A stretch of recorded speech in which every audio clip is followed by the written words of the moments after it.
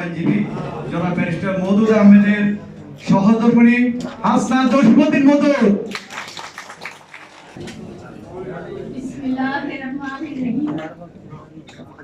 বাংলাদেশ জাতীয়তাবাদী আমাদের সমন্বয়কারীদের একটা সংগঠন।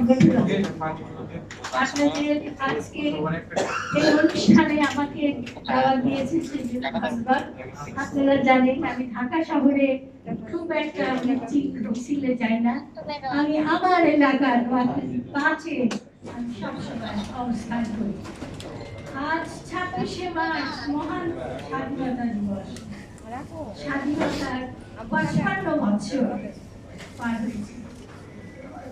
শহীদ প্রেসিডেন্ট জিয়াউর রহমান বীর স্বাধীনতার ঘোষণায় আমরা উদ্বুদ্ধ হয়ে মুক্তিযুদ্ধে আমরা যোগদান করেছি। বিএনপি সামনের কাতার থেকে যুদ্ধ করেছে, কেউ সম্মুখ যুদ্ধে, কেউ আড়ালে, কিন্তু বিএনপি প্রতিটি কর্মী এই স্বাধীনতা